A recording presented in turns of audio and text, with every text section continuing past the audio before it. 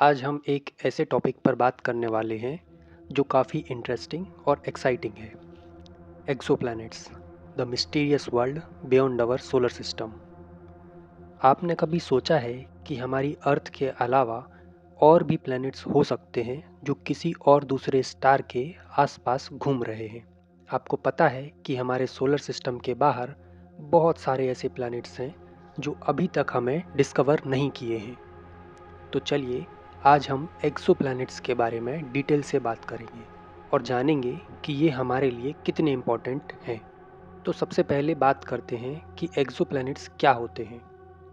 Exoplanets वो planets हैं जो हमारे सोलर सिस्टम के बाहर किसी दूसरे स्टार के आसपास घूम रहे होते हैं। ऐसे प्लैनेट्स को हम एक्स्ट्रा सोलर प्लैनेट्स भी कह सकते हैं क्योंकि ये हमारे सोलर सिस्टम के बाहर होते हैं। अगर हम इन प्लैनेट्स को समझें तो ये अर्थ लाइक प्लैनेट्स भी हो सकते हैं या फिर बहुत ही डिफरेंट होते हैं, जैसे गैस के जाइंट्स। आपको ये जानकर थोड़ा सरप्राइज होगा कि नासा और दूसरी स्पेस एजेंसीज ने कई ऐसे एक्सोप्लैनेट्स डिस्कवर किए हैं जो लाइफ के लिए सूटेबल हो सकते हैं। हमें ये समझना होगा कि हमारी अर्थ के अलावा कितनी और दुनिया हो सकती हैं जहाँ पर लाइफ का एग्जिस्टेंस हो। Discovery of exoplanets. एक्सोप्लैनेट्स की डिस्कवरी एक लंबी जर्नी है। सबसे पहले 1992 में साइंटिस्ट ने कुछ एक्सोप्लैनेट्स के सिग्नल्स डिटेक्ट किए थे, लेकिन ये डिस्कवरी पूरी तरह से इस्टेब्लिश तब हुई जब 1995 में माइकल मेयर और डिडियार क्वेलोज ने 51 पेगासी बी नाम का एक्सोप्लैनेट डिस्कवर किया। ये वो पहला एक्सोप्लैनेट था जो एक सन लाइक स्टार के आसपास घूम रहा था। उसके बाद कई ऐसे स्पेस मिशंस हुए जैसे कि हबल स्पेस टेलीस्कोप और केपलर स्पेस टेलीस्कोप, जिन्होंने थाउजेंड्स ऑफ एक्सोप्लैनेट्स को डिटेक्ट किया। आज हमारे आसपास बहुत सारी इन्फॉर्मेशन है इन प्लैनेट्स के बारे में और साइंटिस्ट इन्हीं प्लैनेट्स का स्टडी करके ये समझना चाहते हैं कि क्या इन प्लैनेट्स पर लाइफ हो सकती है। Types of exoplanets. एक्सोप्लैनेट्स अलग अलग शेप और साइज़ में होते हैं। इनको क्लासिफाई किया जाता है इनके साइज़ और स्ट्रक्चर के हिसाब से।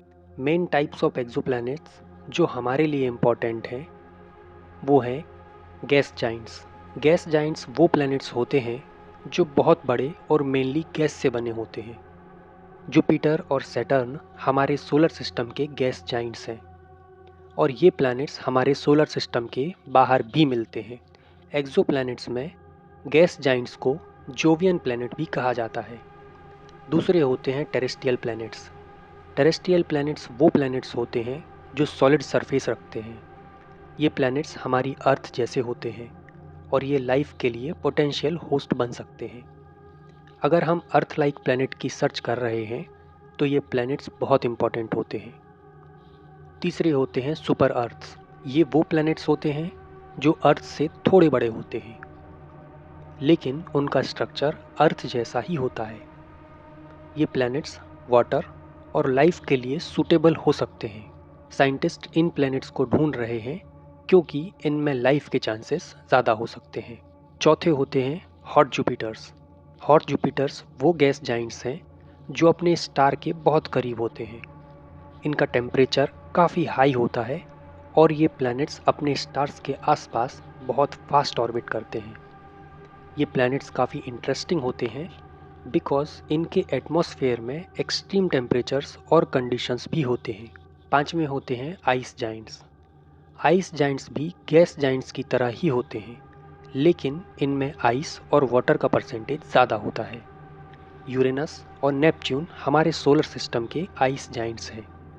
ये प्लैनेट्स हमारे सोलर सिस्टम के बाहर भी एग्जिस्ट कर सकते हैं। अब बात करते हैं कि एक्सोप्लैनेट्स को हम ढूंढते कैसे हैं। एक्सोप्लैनेट्स को फाइंड करना एक चैलेंजिंग टास्क है। ये प्लैनेट्स हमसे बहुत दूर होते हैं और इनका साइज़ भी छोटा हो सकता है। तो हम इन प्लैनेट्स को कैसे डिटेक्ट करते हैं? साइंटिस्ट कुछ इम्पॉर्टेंट टेक्निक्स यूज़ करते हैं इन प्लैनेट्स को डिटेक्ट करने के लिए, जैसे कि पहली है ट्रांजिट मेथड। इस मेथड में साइंटिस्ट किसी तारे की लाइट को ऑब्जर्व करते हैं। जब कोई प्लैनेट अपने स्टार के सामने से गुजरने लगता है तो उस स्टार की ब्राइटनेस में थोड़ी सी कमी आ जाती है। इस ट्रांजिट इवेंट को ऑब्जर्व करके साइंटिस्ट ये जान सकते हैं कि कोई एक्सोप्लैनेट वहाँ है। दूसरा है रेडियल वेलोसिटी मेथड। इस मेथड में साइंटिस्ट स्टार की मूवमेंट को ऑब्जर्व करते हैं। जब कोई प्लैनेट अपने स्टार के आसपास ऑर्बिट करता है तो स्टार की पोजीशन में छोटी सी मूवमेंट होती है। ये मूवमेंट को ट्रैक करके हम प्लैनेट का एग्जिस्टेंस डिटरमाइन कर सकते हैं। तीसरी है डायरेक्ट इमेजिंग। इस मेथड में साइंटिस्ट डायरेक्टली एक्सोप्लैनेट की इमेज लेते हैं और ये टेक्निक थोड़ी सी चैलेंजिंग होती है क्योंकि प्लैनेट्स अपने स्टार के आसपास होते हैं और उनका लाइट स्टार के लाइट के साथ थोड़ा मिक्स हो जाता है।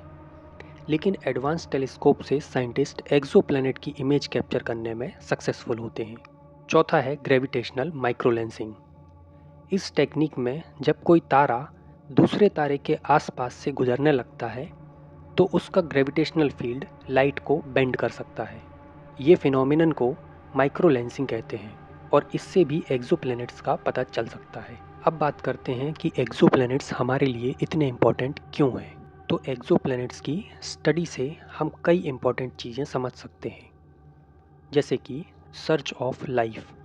सबसे पहले तो हम एक्सोप्लैनेट्स की स्टडी कर रहे हैं ताकि ये जान सकें कि क्या दूसरे प्लैनेट्स पर भी लाइफ हो सकती है।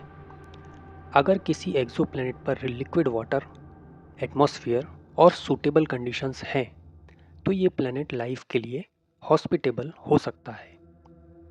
Understanding planetary systems. एक्सोप्लैनेट्स के स्टडी से हम प्लैनेट्स के फॉर्मेशन प्रोसेस को समझते हैं। इससे हमें अपने सोलर सिस्टम के फॉर्मेशन को समझने में मदद मिलती है। अगर हम ये समझ लें कि दूसरे स्टार्स के आसपास प्लैनेट्स कैसे फॉर्म होते हैं तो हम अपने सोलर सिस्टम के एवोल्यूशन को भी समझ सकते हैं। हैबिटेबिलिटी। हम ये भी जान रहे हैं कि कौन से एक्सोप्लैनेट्स पर लाइफ के लिए कंडीशंस सूटेबल हैं। अगर हम ऐसे प्लैनेट्स को फाइंड कर सकें जो फ्यूचर में ह्यूमैनिटी के लिए एक नई होम की पॉसिबिलिटी हो सकती है। अब बात करते हैं चैलेंजेस की। एक्सोप्लैनेट्स की स्टडी करना बहुत ही चैलेंजिंग है। कुछ इम्पॉर्टेंट चैलेंजेस जो साइंटिस्ट फेस करते हैं, जैसे कि डिस्टेंस। एक्सोप्लैनेट्स हमसे बहुत दूर होते हैं।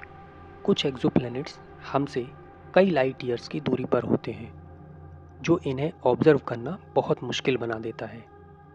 दूसरा है साइज़। एक्सोप्लैनेट्स का साइज़ भी वेरिएबल होता है।